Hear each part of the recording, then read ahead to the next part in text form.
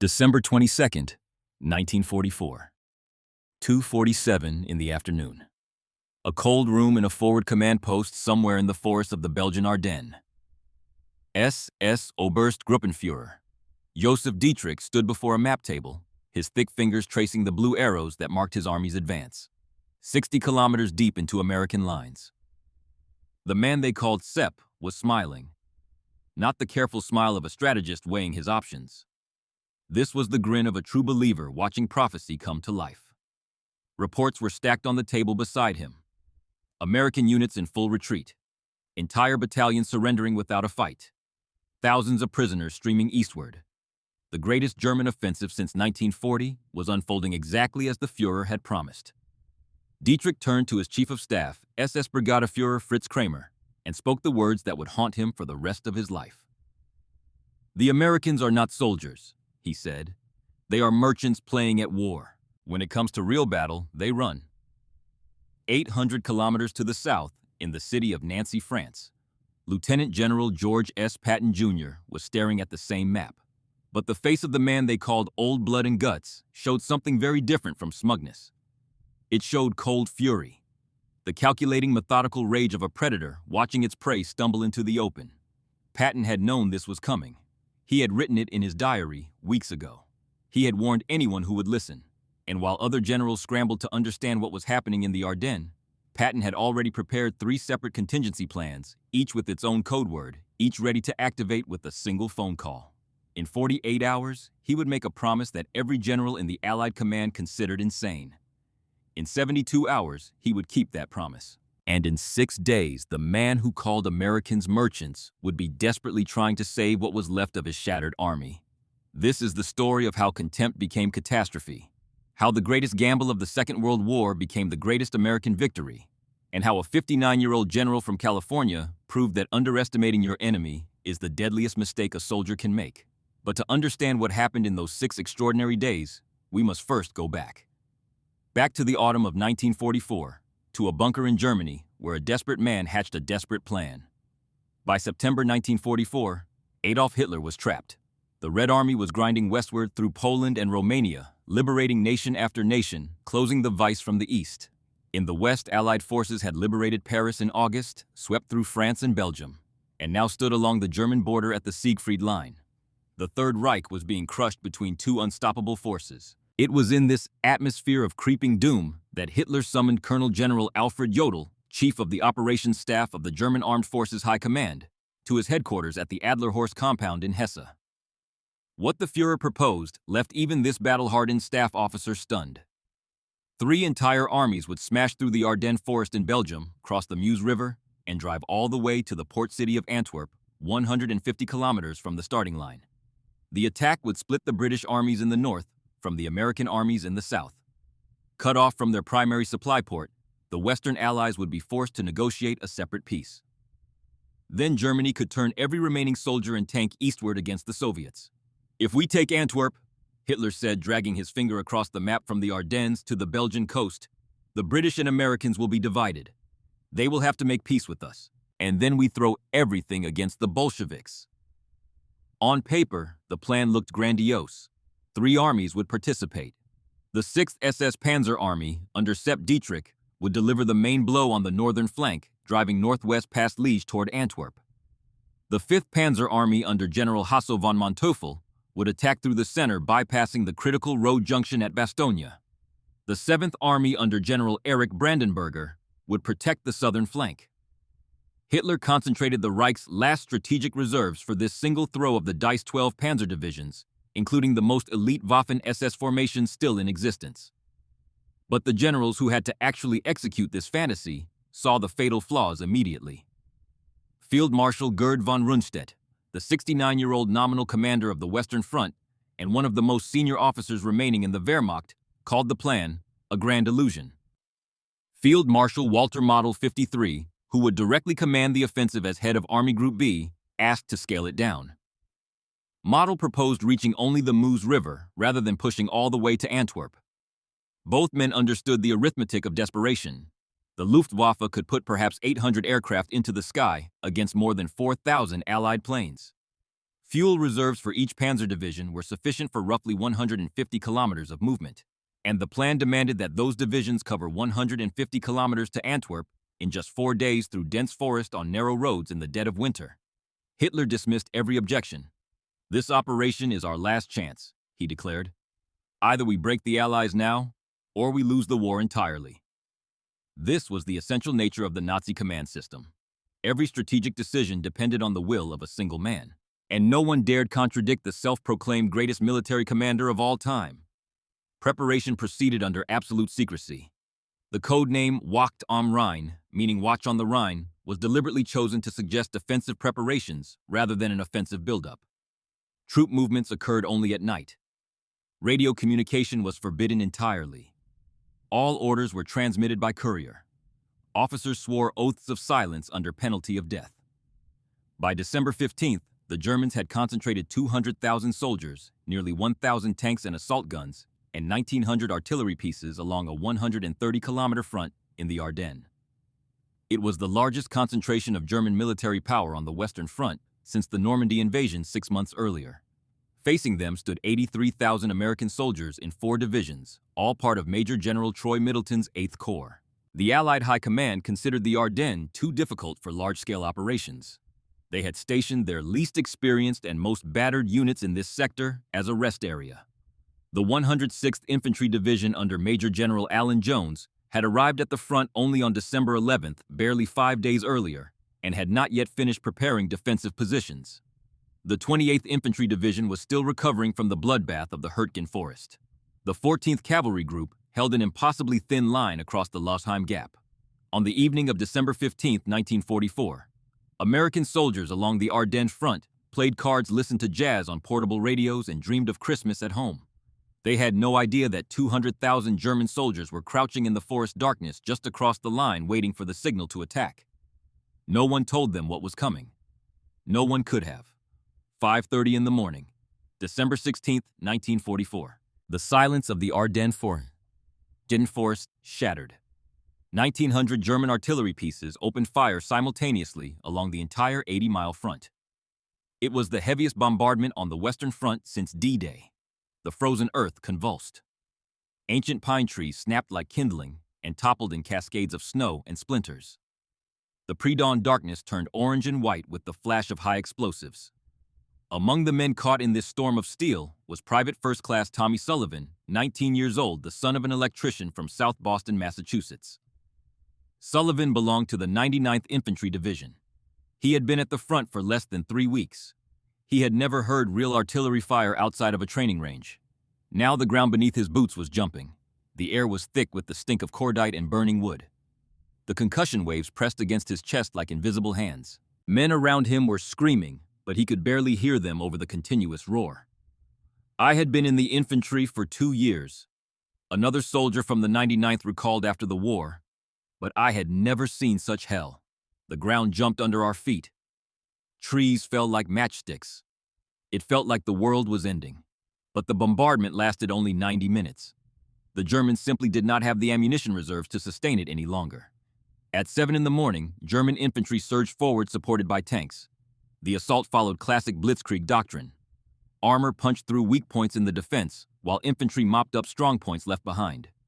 The heaviest blows fell on the 106th Infantry Division and the 14th Cavalry Group. These were the least experienced, least prepared units in the American line. On the northern flank, the 1st SS Panzer Division, Leibstandarte, Adolf Hitler, the most elite formation in the entire Waffen-SS, tore through American positions. In the center, the 12th SS Panzer Division, Hitlerjugend, attacked with savage intensity. The Hitlerjugend carried its own particular tragedy. Many of its soldiers were just 16 or 17 years old teenagers who had been indoctrinated with Nazi propaganda since childhood and were now being thrown into the furnace of mechanized war. One of them was a boy named Hans Richter. 17, an infantryman who wrote in his diary that first morning, "They told us this was the final campaign, that victory would come. The officers said the Americans would run when they saw us. I believed them. I did not know anything except what they taught us." By noon, the situation for the Americans was critical. 2 entire regimental combat teams of the 106th Division, the 422nd and 423rd Infantry Regiments, were encircled near the village of Schönberg on the Schnee-Eifel Ridge. It would become the worst American disaster of the European War. Major General Alan Jones, commander of the 106th, lost contact with half his units. His headquarters in St. Vith descended into chaos. Telephones rang without pause. Runners burst in with contradictory reports. The situation map became a patchwork of red blotches that grew larger by the hour. Jones sent a desperate message to his trapped regiments. Hold positions at all costs. Help is on the way. But help was not on the way. And in those dark forests near Schönberg, 7,000 American soldiers were slowly freezing, starving, and running out of ammunition. Meanwhile, 800 kilometers to the south, a man who had not slept was already preparing the counterattack that would change everything. But that counterattack was still 3 days away. 3 days in which everything seemed on the verge of total collapse. While American headquarters reeled in confusion, the German war machine continued to grind forward. The most dangerous spearhead of the entire offensive was Kampfgruppe Peiper Battle Group. Peiper belonging to the 1st SS Panzer Division, Leibstandarte Adolf Hitler. Its commander was SS Obersturmbannführer Joachim Peiper, known to everyone as Jochen. Peiper was 29 years old, born in Berlin on January 30th, 1915. He was the embodiment of the ideal SS officer, young, aggressive, ruthless, and utterly devoted to the Nazi cause. Before the war, he had served as personal adjutant to Heinrich Himmler himself, the head of the SS and the architect of the Holocaust. By 1944, Peiper had become one of the most feared tank commanders in the Waffen-SS, notorious for his willingness to accept massive casualties on both sides to achieve his objectives. His battle group consisted of 117 tanks, including massive King Tiger heavies, approximately 700 other vehicles, and nearly 5,000 men. His mission was to lead the charge all the way to the Meuse River. On December 17th, the day after the offensive began, Peiper's column had advanced 25 kilometers when it encountered an American convoy near the Bognes crossroads just outside the town of Malmedy. The convoy belonged to Battery B of the 285th Field Artillery Observation Battalion.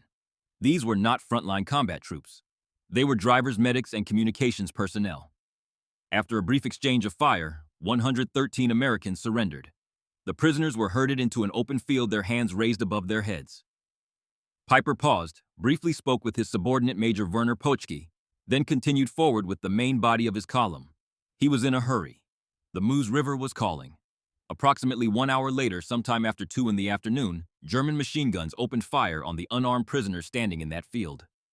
SS soldiers then walked among the fallen bodies, shooting anyone who still moved. Survivors later testified that they heard laughter among the killers. 84 American soldiers died in that field. A Belgian woman who owned a nearby cafe was also murdered. More than 40 Americans survived by playing dead or by sprinting into the surrounding woods while bullets kicked up the snow around their feet. These survivors carried their story back to American lines. Word spread through the ranks like wildfire.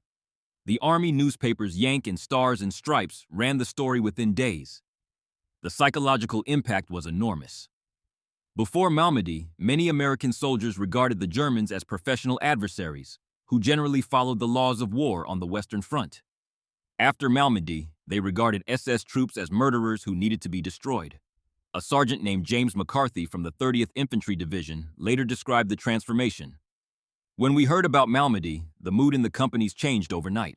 Before we saw the Germans as ordinary soldiers following orders. Now we saw them as killers who had to be destroyed. That rage would become fuel for the counteroffensive to come. But there is another side to this story that must be told. Not every German soldier was Jochen Peiper. A young man named Karl Engel, 20 years old, an infantryman in the 18th Volksgrenadier Division, watched the American collapse from the other side. The Americans were hungry and cold, he wrote. We called to them through loudspeakers, told them to surrender, promised good treatment. Some of them began to waver. I felt pity for them. They were so young like us. They just wanted to go home. But the officers told us we had to keep moving, always forward. On December 19th, the resistance of the 422nd and 423rd Infantry Regiments finally ended. Nearly 7,000 American soldiers surrendered near Schönberg, according to the official U.S. Army history. The actual number may have been closer to 8,000 or 9,000. It was the largest mass surrender of American forces in the European theater of World War II. German propagandists seized on the event immediately. In Berlin, propaganda minister Joseph Goebbels prepared a proclamation about a second Dunkirk. Wehrmacht generals who had spent months in retreat suddenly dared to believe that victory might still be possible.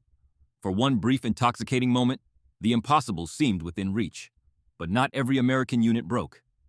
At St. Vith, a critical road junction, Major General Robert Hasbrouck and the 7th Armored Division, along with remnants of the shattered 106th, held their ground for 6 agonizing days, from December 17th through the 23rd, buying priceless time for reinforcements to arrive. On the northern shoulder of the bulge at Elsenborn Ridge, the 2nd and 99th Infantry Divisions refused to give ground, denying Dietrich's 6th SS Panzer Army the room it needed to widen its breakthrough. Among the men holding that line was Tommy Sullivan and what remained of his company. The boy from South Boston, who had never heard real artillery 10 days ago, was now a veteran crouching in a frozen foxhole, feeding belt after belt into a machine gun refusing to yield a single meter of Belgian soil. And at Bastogne. Bastogne was a small Belgian town where 7 roads converged like the spokes of a wheel. Whoever controlled Bastogne controlled movement through the entire southern Ardennes. The 101st Airborne Division paratroopers, who had jumped into Normandy on D-Day and fought through Operation Market Garden in Holland, reached the town just ahead of the German pincers closing around it. By December 20th, Bastogne was completely surrounded. Brigadier General Anthony McAuliffe, a 47-year-old artillery officer from Washington, D.C., was acting commander of the 101st in the absence of Major General Maxwell Taylor, who was attending a conference in Washington. McAuliffe commanded approximately 18,000 defenders, including tankers and artillerymen from various units that had been swept up in the chaos. Supplies were running critically low. Ammunition was measured in days. Medical supplies were so scarce that surgeons operated by the light of oil lamps. The wounded could not be evacuated. Overcast skies grounded Allied aircraft, preventing aerial resupply. On the morning of December 22nd, a party of German soldiers approached the American perimeter under a white flag. They carried a typewritten ultimatum addressed to the American commander and delivered it to Major Alvin Jones of the 2nd Battalion, 327th Glider Infantry Regiment. The letter read, "The fortune of war is changing. Battalions are ready to annihilate the USA troops in and near Bastogne." It demanded surrender within 2 hours. If the Americans refused, it warned artillery bombardment would begin. Responsibility for civilian casualties would rest with the Americans. When Jones brought the letter to McAuliffe's command post, the general asked what it said. "They want us to surrender, sir." McAuliffe was busy dealing with a rare piece of good news about a local counterattack to the west. He looked at the letter with something between irritation and disbelief. "Nuts," he said, and turned back to his work. When his operations officer, Colonel Harry Kennard, reminded him that a formal reply was required, McAuliffe asked what he should write. Kennard smiled and said, "That first remark of yours would be hard to beat, General." And so the official reply went back to the German lines. One word. Nuts. A piece of American slang that the German officers spent considerable time attempting to translate and interpret. When they finally understood it was a rejection, they were furious. But inside Bastogne, the defenders had no illusions. They knew what one word meant against artillery shells and panzer divisions. They knew supplies were almost gone. They knew the weather might not clear for days. The question hanging over that besieged town was simple: how long could they hold? Meanwhile, Kampfgruppe Piper was driving toward the massive American fuel depot at Spa, just 10 kilometers from Stavolo. If the SS captured those 2.5 million gallons of gasoline, they would have enough fuel to reach the Meuse and perhaps beyond. But American engineers were already rigging every bridge on Piper's route with explosives. At Stavolo, the bridge over the Amblive River was blown just as German tanks approached. At Trois Ponts, all 3 bridges were destroyed under the noses of the advancing column. Piper was trapped.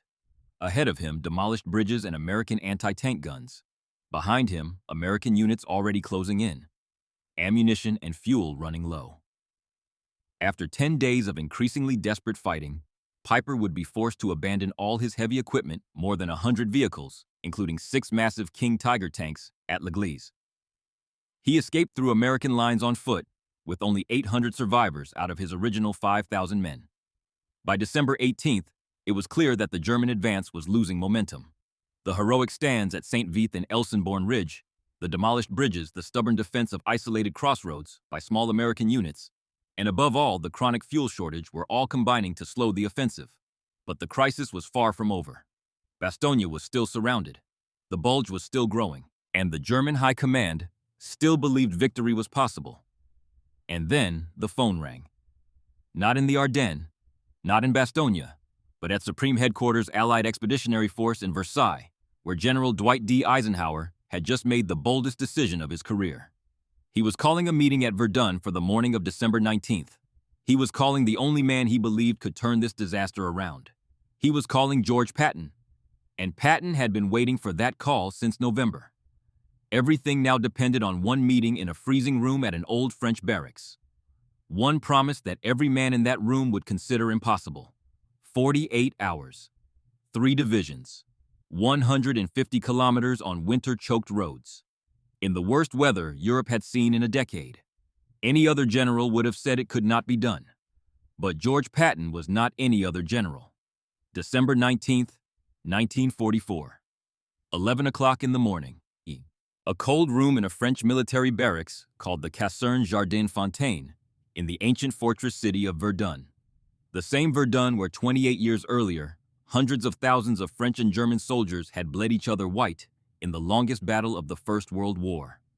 The irony was not lost on the men gathering in that freezing chamber, where a single coal stove fought a losing war against the December chill. General Dwight D. Eisenhower arrived in his armored Cadillac, the same vehicle he had used since the North Africa campaign, flanked by a reinforced security detail. Intelligence reports indicated that German commandos under Otto Skorzeny, wearing stolen American uniforms and driving captured jeeps, were operating behind Allied lines. Some reports suggested they were hunting for Eisenhower himself. The Supreme Commander's face, according to one witness, looked grim, almost gray. 16 men filled the room. Lieutenant General Omar Bradley, commander of the 12th Army Group, sat with his jaw clenched, still stinging from the humiliation of having the German offensive rip through his sector. General Jacob Devers, commanding the 6th Army Group to the south, listened quietly. Staff officers lined the walls, their breath visible in the frigid air. And then there was Patton. Lieutenant General George S. Patton, Jr. walked into the room wearing his famous lacquered helmet liner and a pair of ivory-handled revolvers on his hips. While every other face in the room carried the weight of catastrophe, Patton was smiling. Not a nervous smile, not a brave front. The genuine, almost feral grin of a man who had been waiting for exactly this moment. Eisenhower opened the meeting with words that history would remember. The present situation is to be regarded as one of opportunity for us, not of disaster. There will be only cheerful faces at this conference table. A few men managed thin smiles. Most did not. The facts were grim. The Germans had driven a bulge nearly 80 kilometers deep into the American line. 2 divisions had been effectively destroyed. Bastogne, the critical road junction controlling the entire southern Ardennes, was surrounded and about to fall. The plan Eisenhower laid out was bold in its simplicity, a double envelopment. Montgomery would attack from the north. Patton would attack from the south. The 2 forces would close like the jaws of a vice and cut off the entire German penetration. George Eisenhower turned to Patton. I need you to abandon your Siegfried Line offensive and attack north. I want you to command this counterattack under Brad's supervision, of course, with at least 6 divisions. When can you attack? Every man in the room leaned forward. The question hung in the cold air like smoke. Patton did not hesitate, not for 1 second. As soon as you give the word, I can attack the day after tomorrow morning. A silence. Then murmuring. Then something close to disbelief. What Patton was proposing sounded not just ambitious, but insane. He was talking about rotating his entire Third Army, more than 100,000 men, 90 degrees from its current eastward axis of advance, marching 150 kilometers northward through the worst winter weather Europe had seen in a decade on treacherous glass-slick roads in the dark, and launching a full-scale attack immediately upon arrival. Any other general in any army in the world would have requested a week minimum to reorganize, resupply, and redeploy. Bradley warned, if I were you, I would allow more time. Eisenhower told Patton to take 3 days instead of 2 to ensure the attack would not arrive piecemeal. But Patton knew something that no one else in that room fully appreciated. He had been preparing for this moment since December 12th, a full week before the German offensive began. This is the detail that the Hollywood film got wrong. This is the detail that transforms Patton from a reckless cowboy into a military genius. On December 12th, 4 days before the German attack, Patton had studied the intelligence reports coming from the Ardennes sector and concluded that something massive was building on the other side of the line.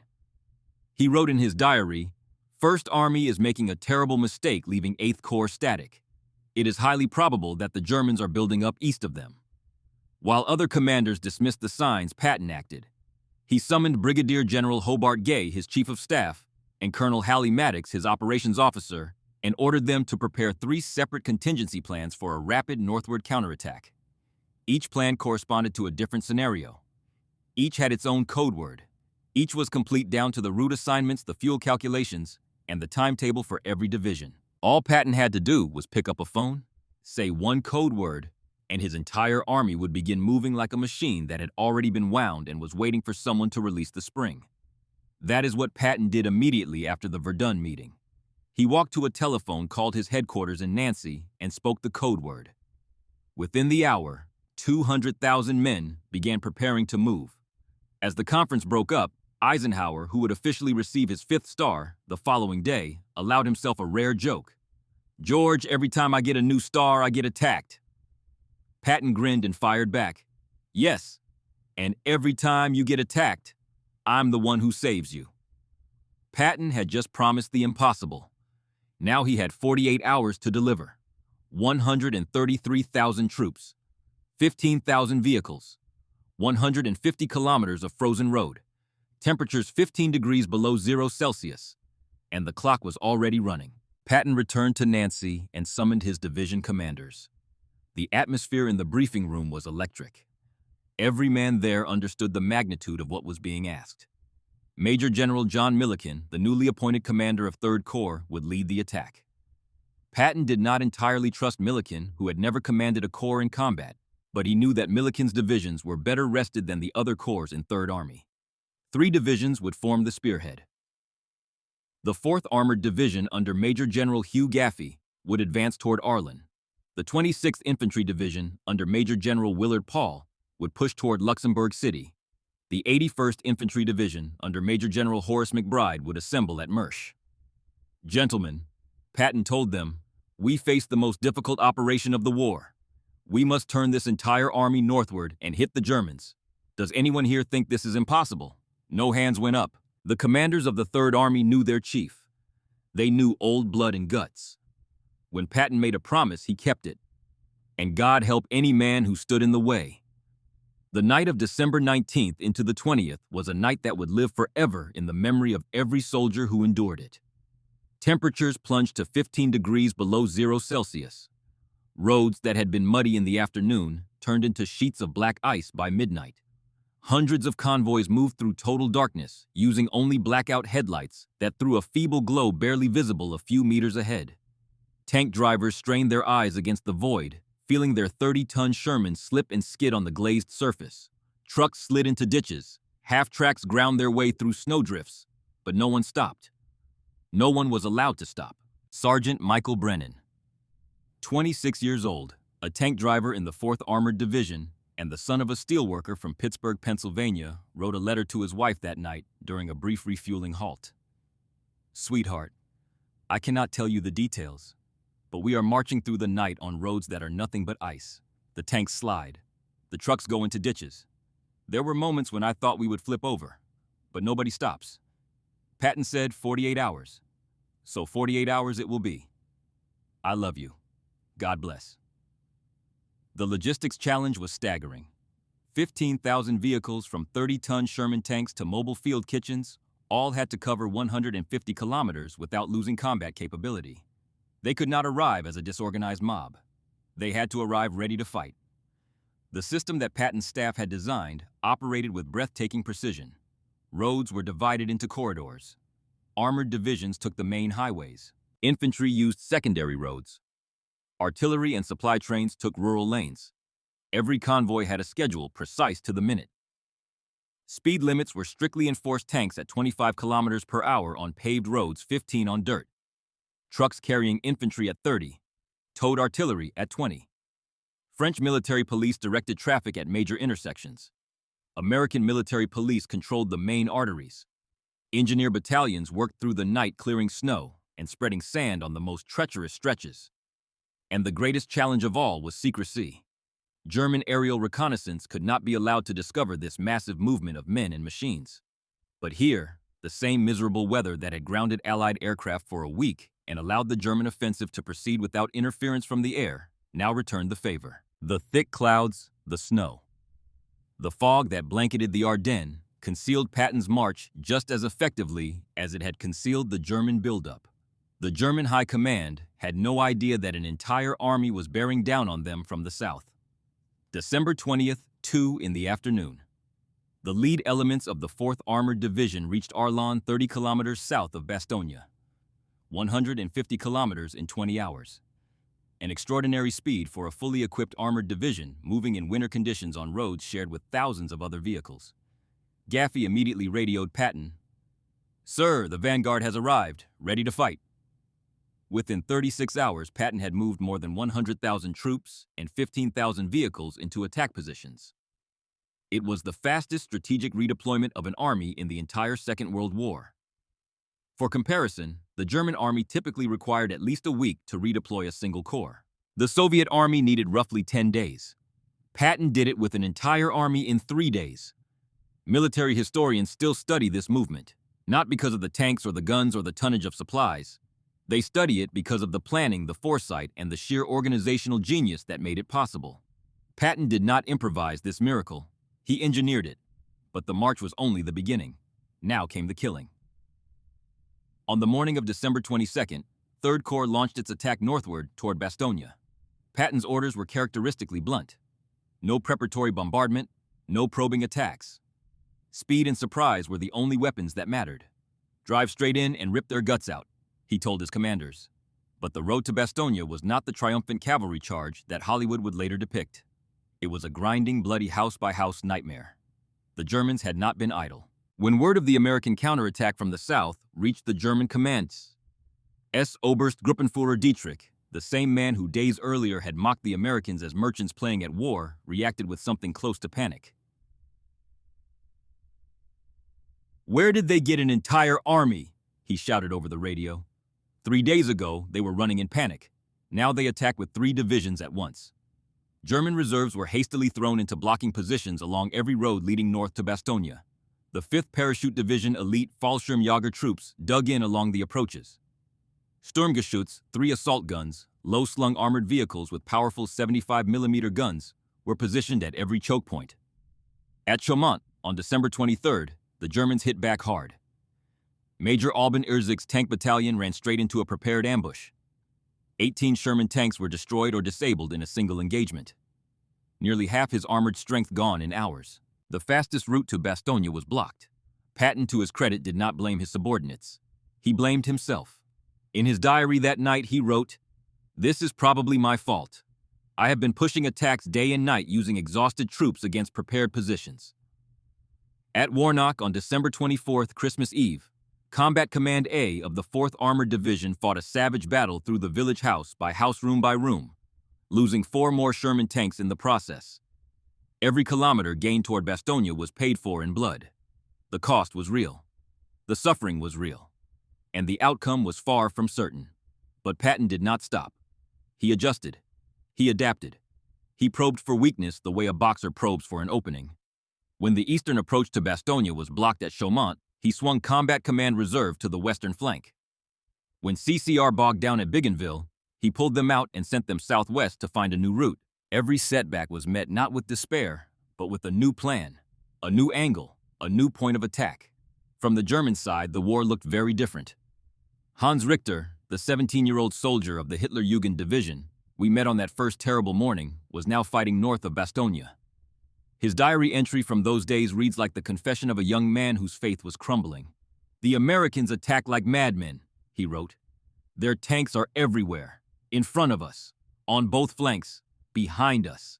They seem to have unlimited reserves, and we have only what is left after 5 days of attacking. Fuel almost gone, ammunition for half a day. I am beginning to think we were lied to. This was the decisive asymmetry of the battle. Not courage, not will, not even tactical skill. It was the ability to replace what was lost. When a German tank was knocked out, the crew had nowhere to turn. No replacement vehicle, no spare fuel, no repair parts. When an American Sherman was destroyed, another one rolled up within hours. Captain James Leach, a tank company commander in the 4th Armored Division, remembered it vividly. We lost 12 tanks in a single day. By that evening, we received 15 replacements. The Germans lost 8 and received none. The arithmetic of war was on our side. That arithmetic was not an accident. It was the product of an industrial democracy that had spent 3 years converting automobile factories into tank plants, appliance factories into ammunition works, and civilian shipyards into floating arsenals.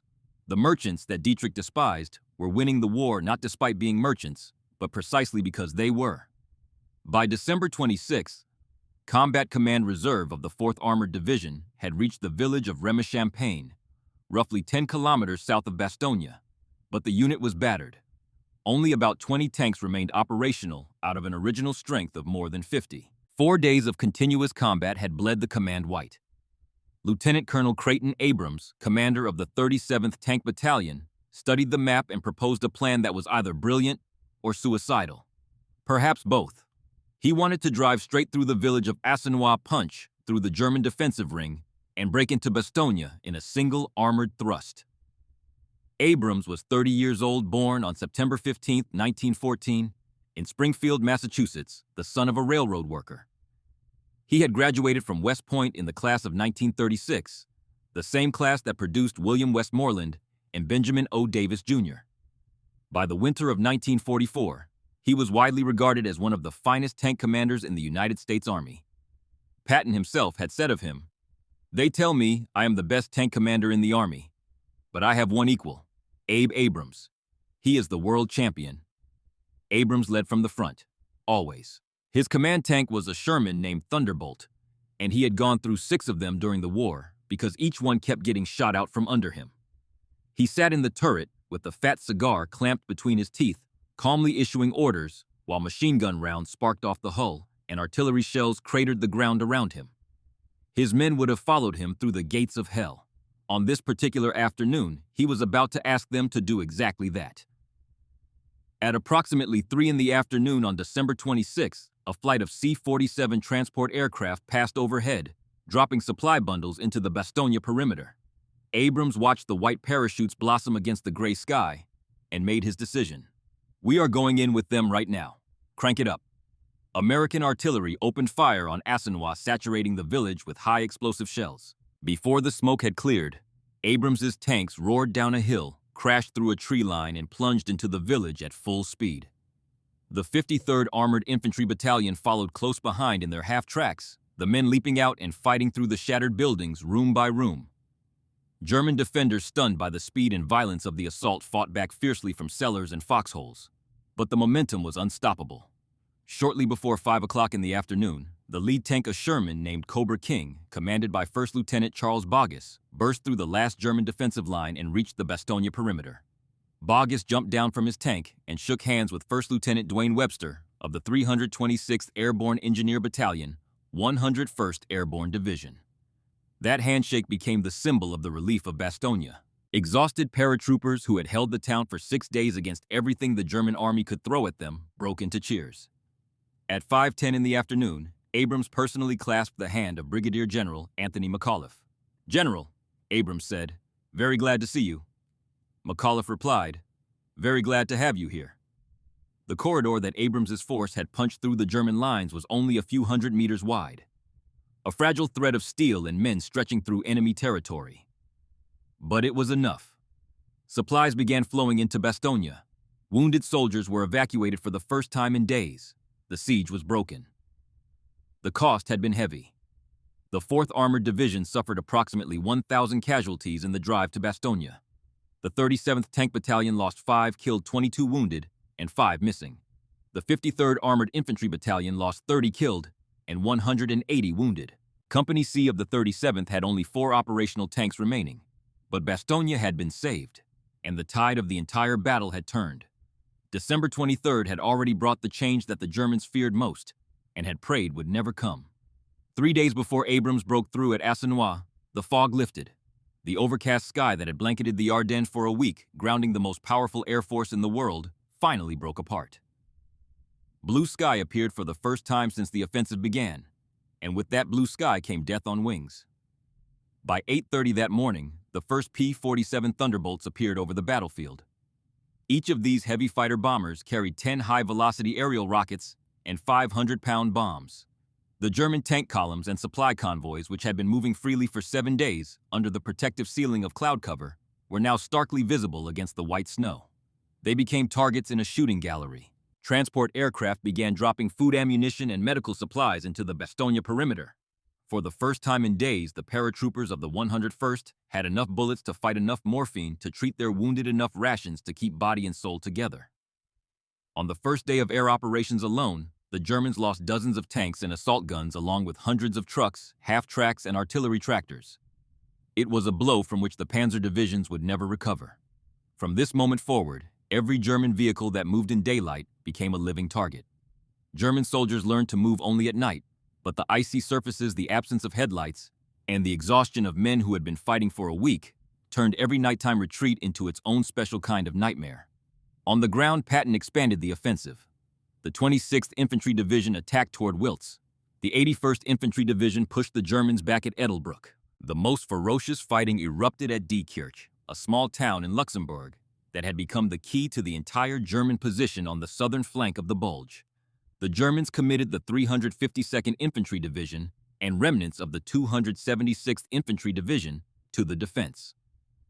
The battle became a close-quarters horror, fought from building to building, floor to floor. Corporal Frank Kowalski, 24 years old, the son of a Polish immigrant coal miner from Pennsylvania, serving with the 317th Infantry Regiment of the 81st Division, recalled those days with the blunt eloquence of a man who had seen things he could never unsee. It was hell. The Germans sat in cellars with machine guns and Panzerfausts. Any room could be the last room of your life. But we kept going forward because we knew Patton was behind us. And because of Malmedy. We did not forget Malmedy. On Christmas night, December 25th, Patton drove to the forward command post of the 4th Armored Division. The men were exhausted, frozen, many of them wounded. They had been fighting without rest for 3 days. Patton stood before them in the cold and spoke with the plain language they had come to expect from him.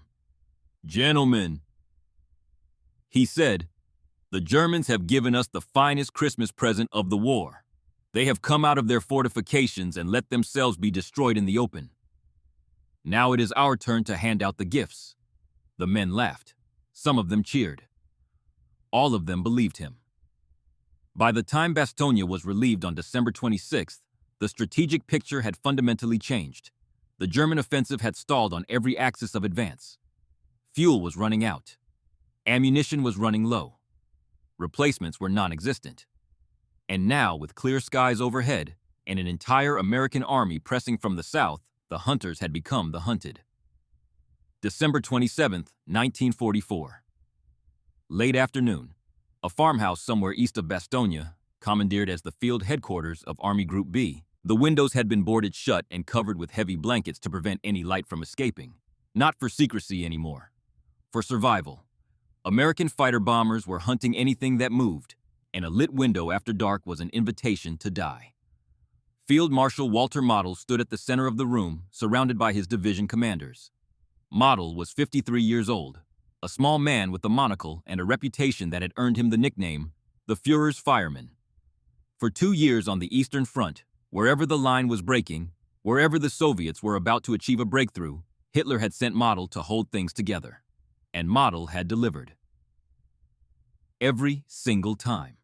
He had saved Army Group Center from annihilation. He had stabilized the front after Stalingrad. He was considered the finest defensive tactician in the entire Wehrmacht. But on this December evening, the fireman was staring at a blaze he could not contain. The reports came in one after another, each worse than the last. The 5th Parachute Division. Scattered. Regiments had lost contact with each other. American artillery was firing around the clock day and night with seemingly inexhaustible ammunition. The paratroopers who had once been the pride of the Luftwaffe were now huddling in frozen foxholes, unable to move, unable to resupply. unable to do anything except endure. Panzer Division. Of the 80 tanks that had crossed the start line 11 days earlier, only 18 were still operational. Fuel reserves were sufficient for one more day of movement. Ammunition for half a day. The division that had once terrified Allied soldiers across Normandy was now a skeleton crew riding broken machines. The 12th SS Panzer Division, Hitlerjugend, half its strength gone. Many battalions were now commanded by sergeants because every commissioned officer had been killed or wounded. The teenage soldiers who had charged forward with such fanatical confidence on December 16th were now hollow-eyed boys shivering in the snow, waiting for orders that might never come. Model listened to each report with a face carved from stone. When the last commander had finished, the field marshal turned to his chief of staff and spoke quietly. "The problem is not that the Americans are better than us," he said. "The problem is that we have become weaker. The men are exhausted, the equipment is worn out, and there are no reserves."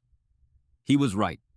The divisions that Hitler had committed to this offensive were shadows of the Wehrmacht's former glory. The Hitlerjugend was being filled with 16 and 17-year-old boys pulled from Hitler youth camps. The 276th Infantry Division was manned largely by reservists in their 40s and 50s. Even the 1st SS Panzer Division. Leibstandarte Adolf Hitler, the most elite formation in the entire German military, was desperately short of experienced officers after 5 years of continuous warfare. And then came the words that closed the circle of this story. SS Oberst Gruppenführer Josef Dietrich, commander of the 6th SS Panzer Army, the man who only 5 days earlier had stood before a map table and called the Americans merchants playing at war, now delivered an assessment that must have burned like acid in his throat. "The Americans do not fight the way they used to," he said. "They are faster, bolder, more ruthless. Their Patton has outmaneuvered all of us. 5 days. That is all it took. 5 days from merchants playing at war to Patton has outmaneuvered all of us.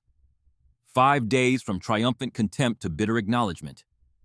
5 days for reality to shatter the illusion." On December 28th, Patton summoned his corps commanders and unveiled a new operational plan. The objective was no longer simply the relief of Bastogne. That had been accomplished 2 days earlier. The new goal was far more ambitious. Patton intended to envelop and destroy the entire southern half of the German Bulge. Third Army would attack diagonally toward the northwest, converging with General Courtney Hodges' First Army, pressing southward from the northern shoulder. The two forces would close like the jaws of a steel trap and cut off every German unit still inside the salient. "Gentlemen," Patton addressed his commanders, "the Germans are stuck in the Ardennes forest like flies in a spider's web. It is time to close the trap." The plan was bold and carried enormous risk. It required advancing another 40 kilometers through difficult terrain against German forces fighting with the desperation of men who knew they were cornered in temperatures that had plunged to 20 degrees below 0 Celsius. Major General Manton Eddy, commander of the 12th Corps, raised the obvious concern. "General, what if the Germans withdraw in time?" Patton smiled. It was not a kind smile. "They will not withdraw. Hitler will not allow it. He will order them to hold to the last man, and that will be his final mistake." Patton understood his enemy. Not just the German army, Hitler himself. He understood that the Nazi command structure, which concentrated all authority in a single man, meant that tactical flexibility was impossible. German field commanders who saw the trap closing around them could not order a retreat without Hitler's personal permission. And Hitler, sitting in his bunker, hundreds of kilometers from the front, would never give that permission until it was far too late. On December 29th, the operation began.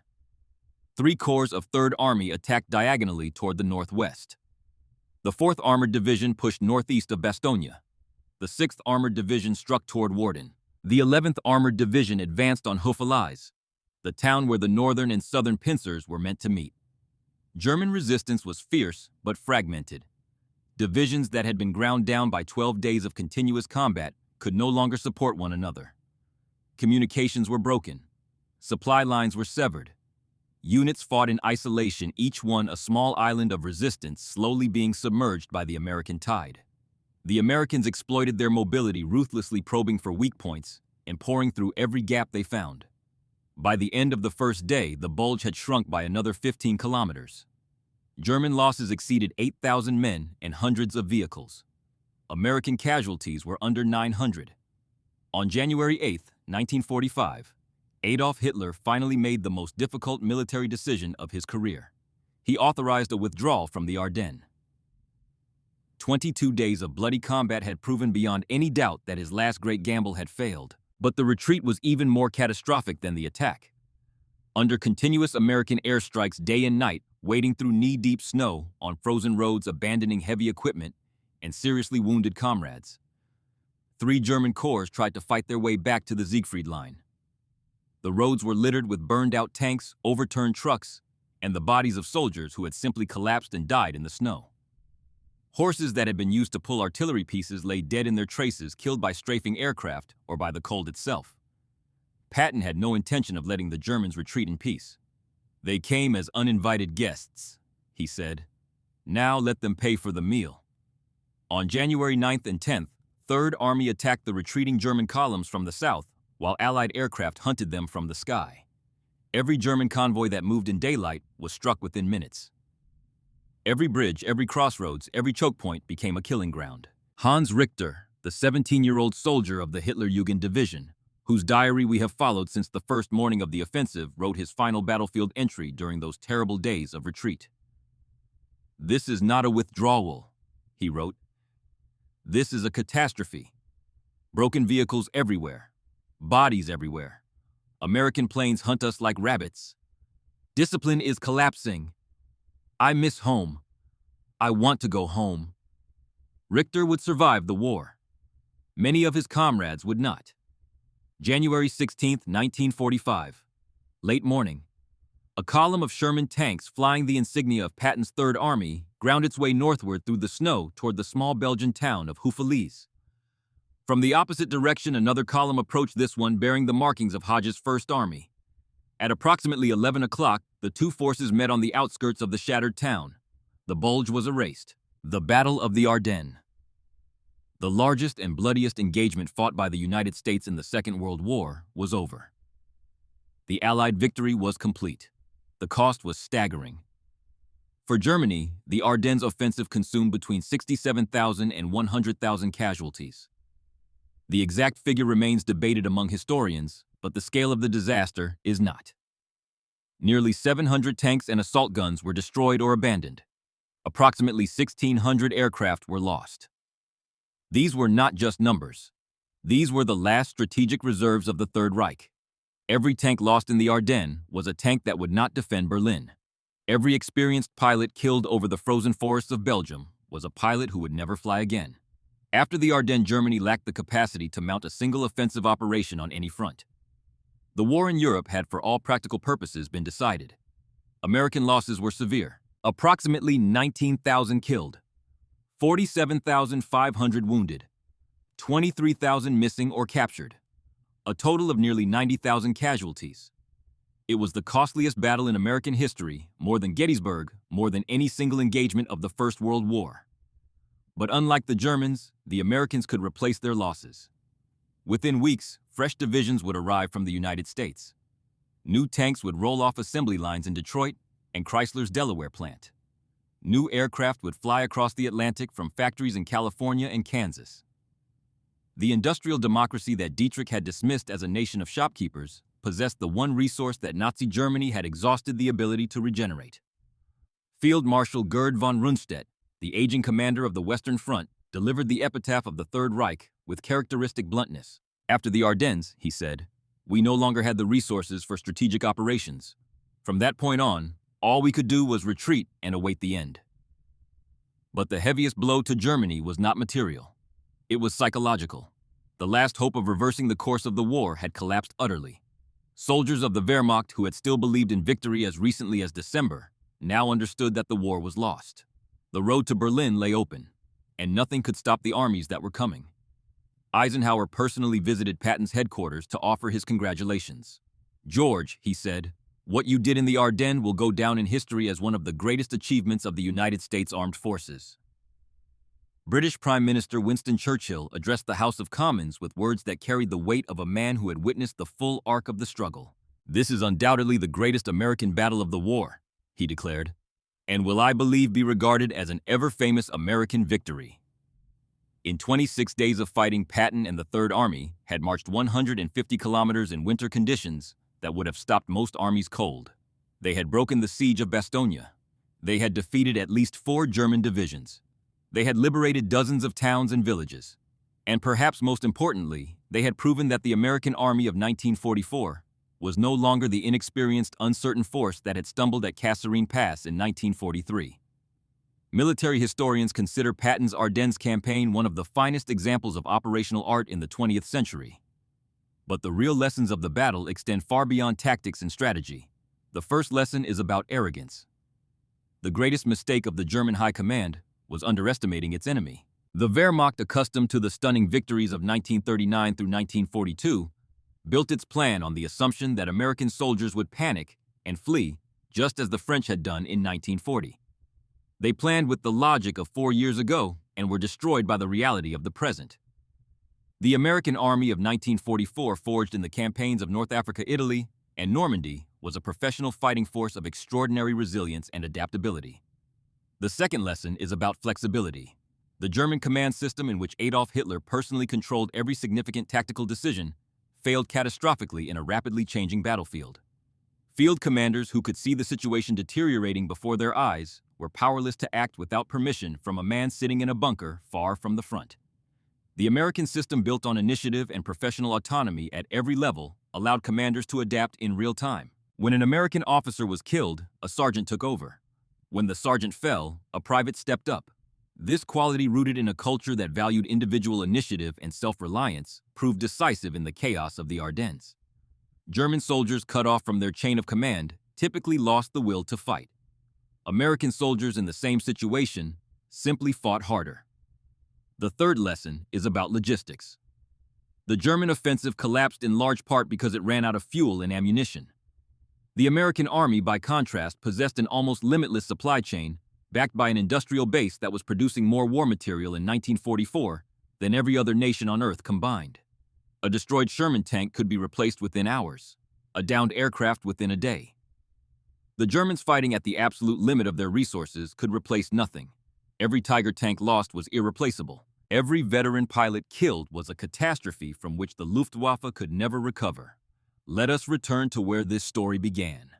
December 22nd, 1944.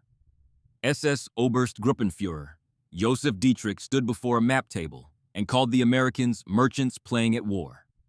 Less than a week later, he was desperately trying to save what remained of his shattered army. The 6th SS Panzer Army had lost half its tanks and a third of its men. The invincible force that was supposed to drive all the way to Antwerp could not even hold the ground it had taken. The supreme irony is that Dietrich's mockery of American merchants turned out to be prophetic, though not in the way he intended. The Americans did approach war the way good merchants approach business, with calculation, with planning, with meticulous attention to detail, and with an unyielding focus on efficiency and results. They did not fight for glory or for some romantic ideal of warrior honor. They fought to win. They fought to go home. And they fought with every tool, every resource, every advantage their extraordinary nation could provide. The result speaks for itself. The merchants crushed the warriors. Technology defeated tradition. Pragmatism defeated romantic notions of martial glory. Patton, for his part, summarized the matter with the simple directness that defined him. "I do not fight German generals," he said. "I fight German soldiers, and my soldiers are better than their soldiers." George S. Patton never saw the peace he helped to win. On December 9, 1945, less than a year after his greatest triumph, his staff car collided with a military truck near Mannheim, Germany. He suffered a broken neck and was paralyzed from the neck down. He died 12 days later on December 21st at the age of 60. He is buried among his soldiers at the Luxembourg American Cemetery in Hamm, Luxembourg, just kilometers from the fields where his Third Army fought and bled. Patton Abrams. The tank commander who broke the siege of Bastogne went on to become a 4-star general and the Chief of Staff of the United States Army. He commanded American forces in Vietnam from 1968 to 1972. He died of cancer on September 4, 1974, at the age of 59. The M1 Abrams, the main battle tank of the United States Army, to this day bears his name. Anthony McAuliffe, the man who said nuts, ye, Médial was personally decorated by Patton shortly after the relief of Bastogne. He rose to the rank of full general and commanded the United States Army Europe from 1955 to 1958. He died on August 11, 1975, at the age of 77. Joachim Peiper was tried for war crimes at the Dachau Tribunal in 1946. He was initially sentenced to death by hanging for his role in the Malmedy massacre, but the sentence was later commuted amid controversy over the interrogation methods used to obtain confessions. He was released from prison in 1956. He lived quietly in France until July 14, 1976, when his house was firebombed and he died in the fire. He was 61 years old. The circumstances of his death remain officially unsolved. Joseph Dietrich was also tried for war crimes and sentenced to life imprisonment. His sentence was reduced to 25 years, and he was released in 1955. He died on April 21, 1966, at the age of 73. More than 5,000 former SS members attended his funeral.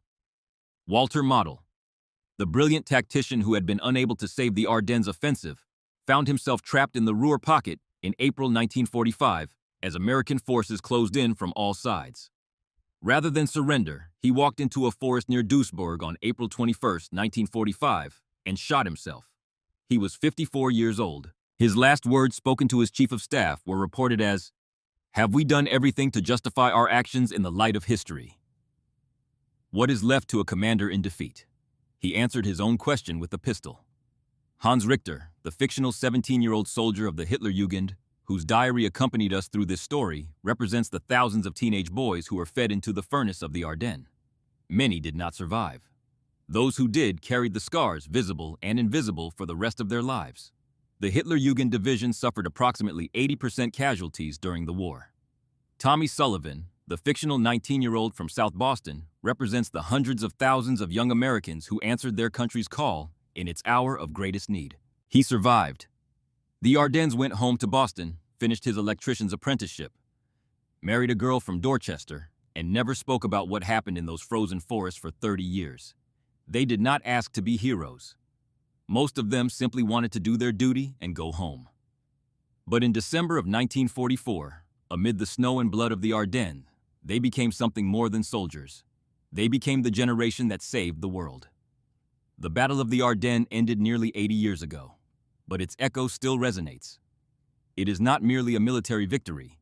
It is proof that victory belongs to those who adapt fastest, act most decisively, and never make the fatal mistake of underestimating their opponent. In December 1944, in the darkest forests of Belgium, a new world was born, and the lesson endures.